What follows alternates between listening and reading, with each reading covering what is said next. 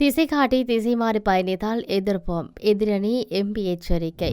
இன்று இந்தியா செல்கிறார் ரணில். இந்தியாவுடன் இணைந்து பணியாற்ற தயாராக உள்ளோம் என்கின்றார் விஜித கேரத்.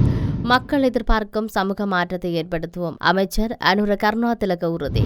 இந்தியா இனியும் தவறிழைக்க கூடாது, இந்திய உயர்ஸ்தானிகரிடம் தமிழ் எம்பி கோரிக்கை. அனுரவிற்கு நாமல் விடுத்துள்ள பகிரங்க சவால், திணறும் அரசு. நாடாளுமன்றம் வர காத்திருக்கும் கிருணிகா, திடீரென காணாமல் போன ரஷ்ய அதிபர்.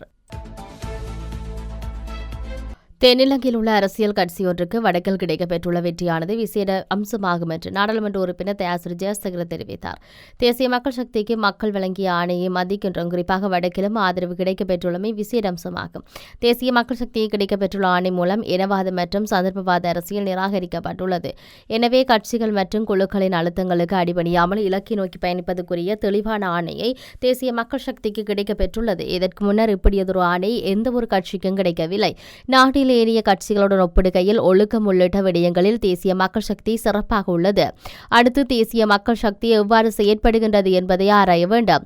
அரசின் மக்கள் நலத்திட்டங்களுக்கு முழுமையான ஒத்துழைப்பு வழங்கப்படும். தவறான வழியில் சென்றால் அதற்கு எதிர்ப்பு தெரிவிக்கப்படும் என்றார்.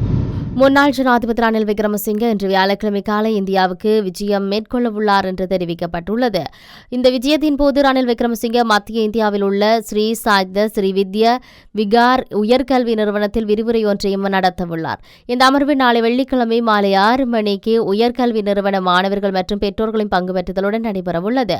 முன்னாள் ஜனாதிபதி ரணில் எதிர்வரும் 30ஆம் தேதி நாடு திரும்ப உள்ளமை குறிப்பிடத்தக்கது. புதிய அரசாங்கம் இந்தியாவுடன் இணைந்து செயற்பட தயாராக உள்ளது என வெளிவிவகார அமைச்சர் விஜித கேரத் தெரிவித்துள்ளார். எங்கள் கலாச்சார உறவுகளையும் மற்றும் சிறந்த இருதரப்பு உறவுகளையும் எங்கள் மக்களின் பரஸ்பர நன்மைகளுக்காக வலுப்படுத்துவதற்காகவும் இந்தியாவுடன் இணைந்து செயற்படுவதற்கான எங்களது உறுதிப்பாட்டை மீள வலியுறுத்துகின்றேன் என விஜித கேரத் சமூக ஊடக பதிவில் தெரிவித்தார். இந்திய வெளிவிவகார அமைச்சரின் வாழ்த்துச் செய்திக்கு பதிலளித்து அவர் இதனை குறிப்பிட்டுள்ளார். மக்கள் எதிர்பார்க்கும் சமூக மாற்றத்தை அடைவதற்காக அரசு அதிகாரிகளாகவும் கொள்கை வகுப்பாளர்களாகவும் செயற்படுவோம் என அமைச்சர் அருண கருணாதிலக தெரிவித்தார். ஒரு நாட்டில் ஒரு பெரிய சமூகம் மற்றும் மனப்பான்மை மாற்றத்தை ஏற்படுத்த மக்கள் புதிய திட்டங்களை உருவாக்கியுள்ளனர் என்று அமைச்சர் வலியுறுத்தினார். மக்கள் எதிர்பார்க்கும் சேவையை நிறைவேற்ற வேண்டிய பொறுப்பு எமக்கு உள்ளது. ஆனால் கடந்த காலங்களில் அரசாங்க அதிகாரிகளாக இருக்கும் ஒரு சில அரசியல்வாதிகளின் செயல்பாடுகளினால் இந்த இருவர் மீது மக்களிடம் நல்ல அபிப்பிராயம் இல்லை. அதனால் காரணங்கள் மற்றும் பல காரணிகளால் மக்களிடையே ஒரு மாற்றம் ஏற்படும் என்ற நம்பிக்கை ஏற்பட்டுள்ளது. அதன்படி மக்கள் புதிய இடத்தை உருவாக்கியுள்ளனர். சமூகத்திலும் வாழ்விலும் ஒரு மாற்றத்தை உருவாக்கவும் இருவரிடமும் அணுகுமுறையில் மாற்றத்தை உருவாக்கவும் மக்களை வாய்ப்பளித்துள்ளனர். தற்போது இந்த வாய்ப்பை சரியாக புரிந்து கொண்டு மக்கள் எதிர்பார்த்த மாற்றத்தை அடைவது அல்லது வழக்கமான பாதையில் செல்வதுதான் இப்போது எமக்கு சவாலாக உள்ளது. நாங்கள் வலிமையான பாதையை தெரிவு செய்தால் மக்களின் எதிர்பார்ப்புகளை தவறவிட்டு தோல்வியுற்றவர்களாக வரலாற்றில் இடம் பிடிக்க வேண்டி வரும். ஆனால் ஒருபுறம் மக்கள் நமக்காக உருவாக்கிய மக்களின் நம்பிக்கையை நிறைவேற்றும் அந்த இடத்தை நாம் தெரிவு செய்தால் நாம் திரும்பி பார்க்கும் போது மக்களின் நம்பிக்கைக்காக ஏதாவது செய்தவர்களாக நம் வாழ்வில் திருப்தி அடையலாம் என்றார்.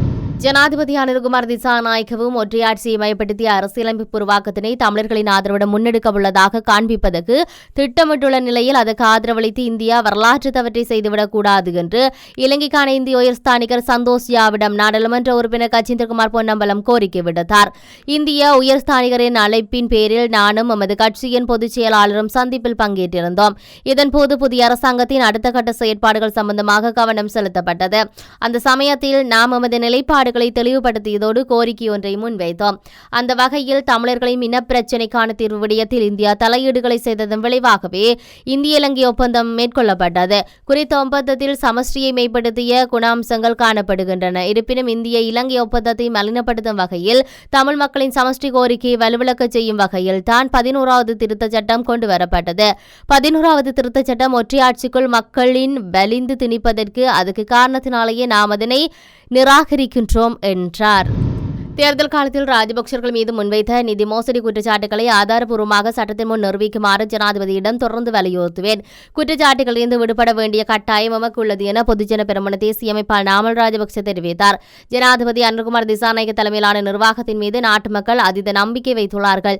மக்களின் எதிர்பார்ப்பை அரசாங்கம் சிறந்த முறையில் நிறைவேற்ற வேண்டும். மக்களின் ஒட்டுமொத்த உரிமைகள் மற்றும் கோரிக்கைகள் மற்றும் அபிலாசைகள் நிறைவேற்றுவது சவால் மிக்கது என்பதை அரசியலுக்கு அப்பாற்பட்ட வகையில் ஏற்றுக்கொள்ள வேண்டும். வேண்டும். நாட்டின் ஒற்றையாட்சி, தேசிய அபிலாசைகள் ஆகியவற்றை முன்னிலைப்படுத்தி செயற்படுவோம். சந்தர்ப்பத்துக்கு ஏற்றாற்போல் ஒற்றையாட்சி தொடர்பான நிலைப்பாட்டை மாற்றிக்கொள்ளப் போவதில்லை.